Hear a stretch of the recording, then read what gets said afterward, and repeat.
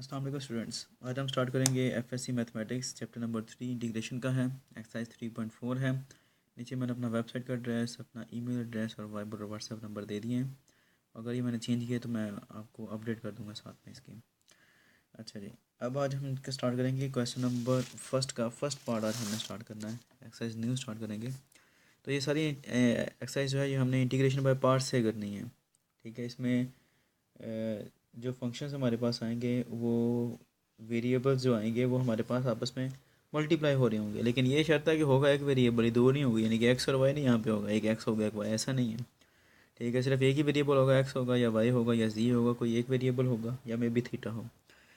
ठीक है, लेकिन जो फंक्शन आएगा वो प्रोडक्ट की फॉर्म में आएगा। ठीक है, प्रोडक्ट की फॉर्म में जब फंक्शन आते हैं तो हम इनको आम तौर पर इनको इंटीग्रेशन बाय पार्ट से करते हैं। लेकिन अगर स्पेसिफाई कर दिया जाए एक्सरसाइज के शुरू में कि इसको आपने बाय पार्ट से करना है या सब्स्टिट्यूशन से करना है, तो फिर हम उसी तरीके से करते हैं।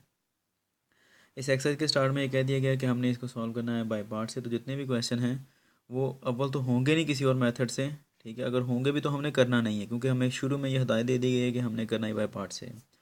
तो ये एक्सरसाइज सारी बाय पार्ट से करने वाली है। ठीक है, तो फंक्शन दिया गया I is equal to integral x sine x into d x है। ये उसका फार्मूला मैंने लिख दिया यहाँ पे, integral u v into d x is equal to u integral v d x minus integral into integral v d x, यही वाला दोबारा रिपीट हो जाता है, इंटू और जो सेकंड फंक्शन आएगा उसका हमने डेरिवेटिव लेना है। ठीक है, इसमें जो प्रॉब्लम पेश आती है थोड़ी बहुत भी ये है कि हम यू किसको लें और वी किसको लें।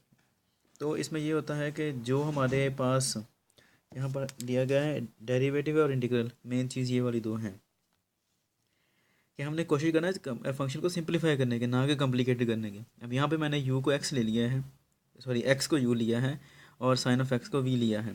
अब ये देखो हम क्या करते हैं, वी का हमने इंटीग्रल लेना है। वी का इंटीग्रल दो बार हो रहा है, एक पहले ये और फिर ये।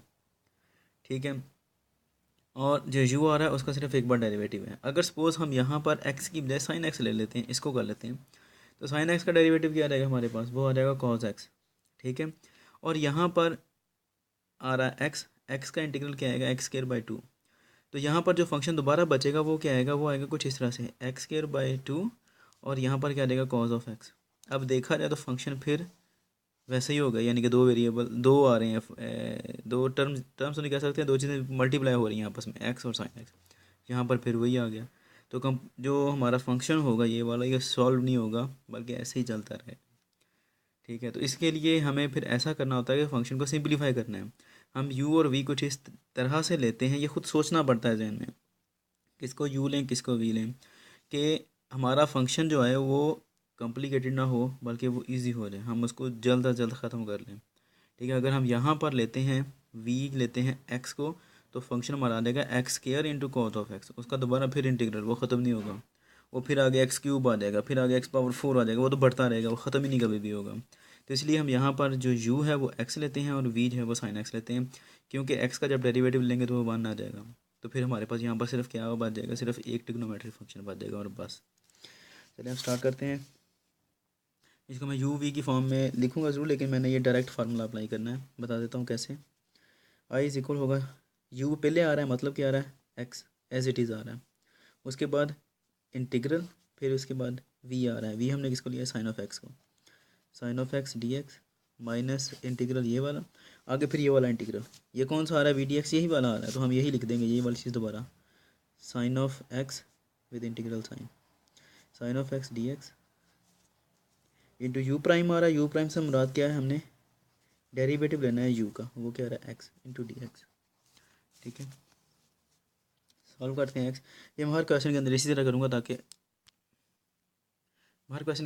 करूँगा ताकि आपको इजीली समझ आ जाए कि ये इंटीग्रेशन बाय पार्ट्स किस तरह करनी है।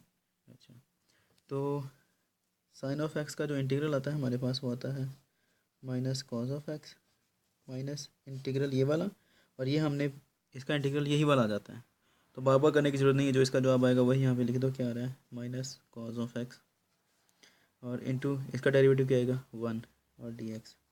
अब ये देखें सिर्फ एक चीज़ रह गई है, दूसरी तो वन हो गई है। ये क्या आएगा माइनस, पहले लिख देते हैं x cos of x minus minus क्या हो जाएगा plus integral cos of x d x.